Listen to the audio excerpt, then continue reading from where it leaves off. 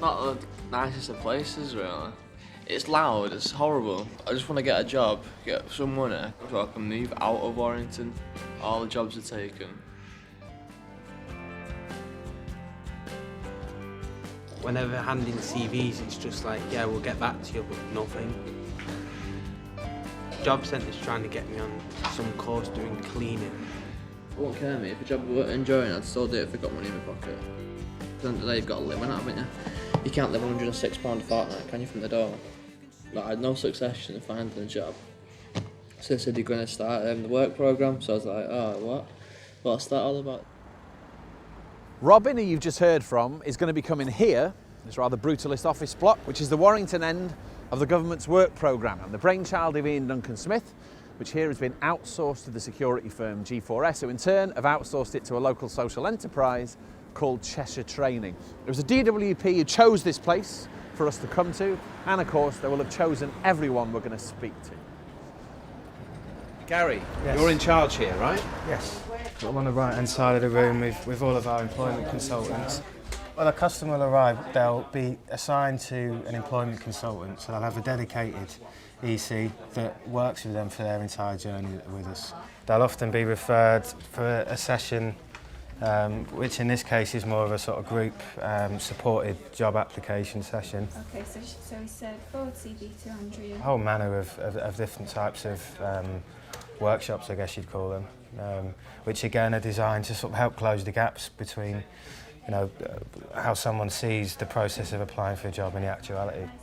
This office to the right, we have sort of reviews of a more sort of private nature, I suppose. We have a team of personal advisors. It might be customers that have got long-term drug and alcohol issues. There might be customers with housing problems, debt problems, and all of those issues will, you know, in all fairness, stop you really from jumping out of bed in the morning and wanting to apply for a job. What was your experience of being out of work? What did it do to you? Horrible. You sort of, your morale was down, you feel low, no money.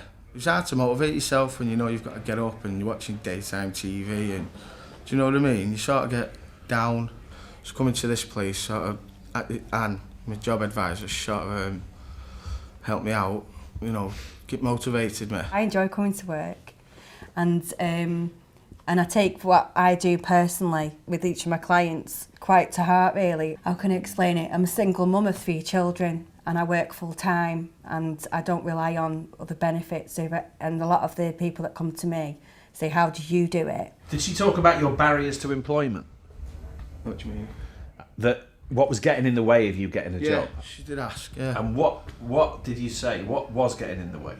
I didn't really know at first, because I think it was more me, the way I was feeling, you know. That's what it's all about, the person. You're trying and you, like you say, the door gets slammed, you just feel low. You must be faced with occasions when the first thing that someone says is, well, you know what, my barrier to employment is there aren't any jobs. That's not true. Explain that.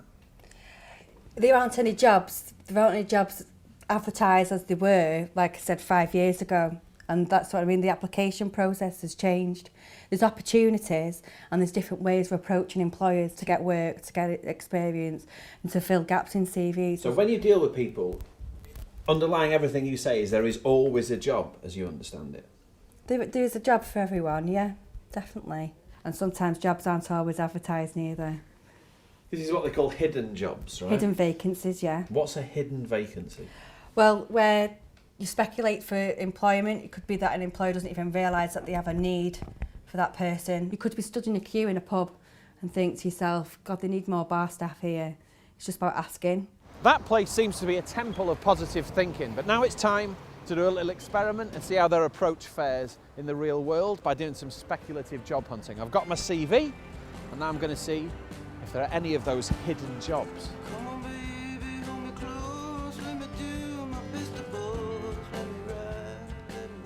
We're not hiring at the moment, no. Do you think you'll be hiring in the near future? Yeah, I think we've got enough staff. If they call that, don't call us, we'll call you.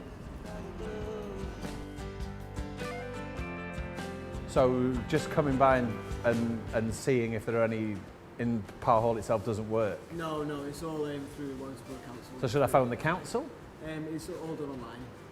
So in other words, if there are jobs, they'll be advertised. That's right. So phoning on spec's not really worth it. No. Even if you've got a background in the music industry like I have. That's right. Okay, we're now phoning the Lord Rodney, where their gigs coming up include Freddie Mercury, the country's leading tribute artist.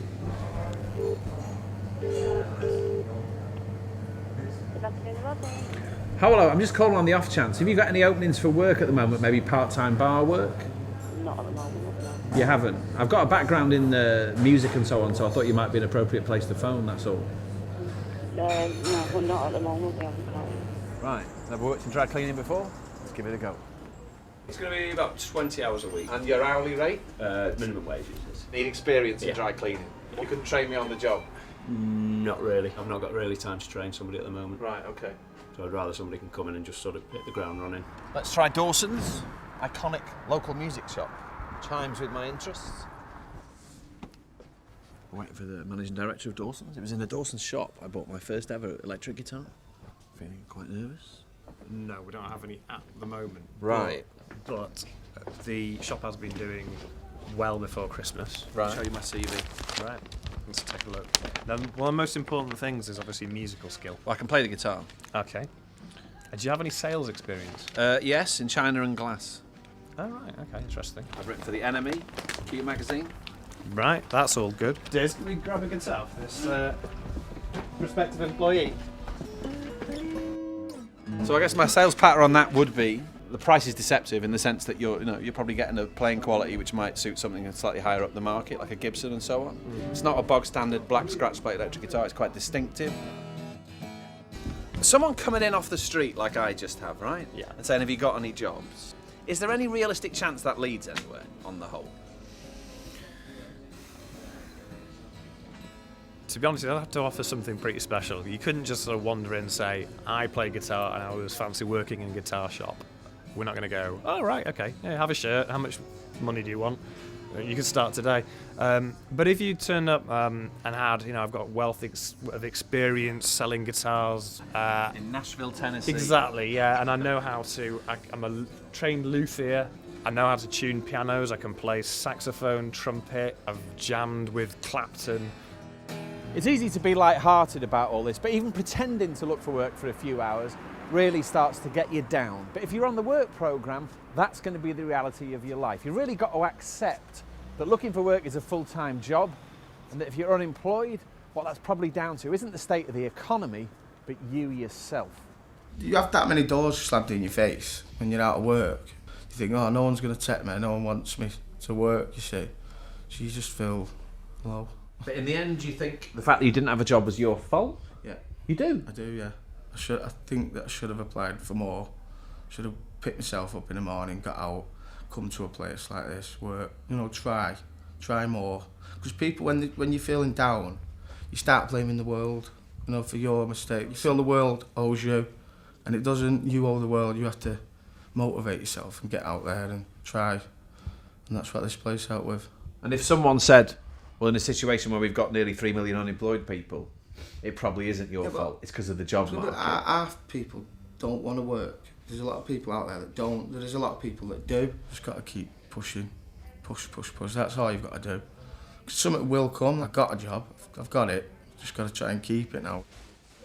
I'm going to be delivering furniture to people's houses. Just over minimum wage it is. It's monthly pay, so it works out good, It's better than a kick in the teeth, isn't it? What's your understanding of job security? Well, and so on? What you do, you have a contract, and a lot of companies do contract nowadays. They give me a 6 months contract, which is really good in this time of the year. And what they do, there's a guy been there 12 years, and he's on contract. They give him a contract, and then they'll give him another contract. 30 years ago, Norman Tebbit famously said that if you were unemployed, perhaps your best option was to get on your bike and look for work until you found it. That was controversial then, but it doesn't feel like that now. It's really surprising that even among a lot of unemployed people themselves, that view of the world is a given. And there's no real questioning of the big issues tangled up in the work programme to do with an increasingly conditional benefit system and an increasingly flexible labour market. We're now nearing the point there might be 1 million people on the work programme. Now, if some of them are lucky, they might find their way into the world of work, but perhaps just as quickly get thrown out again. But most of them, whether willingly or not, will just have to do what the politicians say, avert their eyes from the bigger economic picture, and keep on looking for work. Staying positive in the midst of all that, I mean, is that possible? Well, I'm still here looking, so it's all down to you. If you want to get up in the morning and be negative, then you can be. If you want to get up in the morning and be positive, then you've got to get pluses. And they said be positive and that, you know, you'll get them knocked back, so, but I knew that anyway, like. Must be hard though with the job market in the state. Yes, it is at the moment, like, but you just can't plod on, you know. Plod's the word, yeah.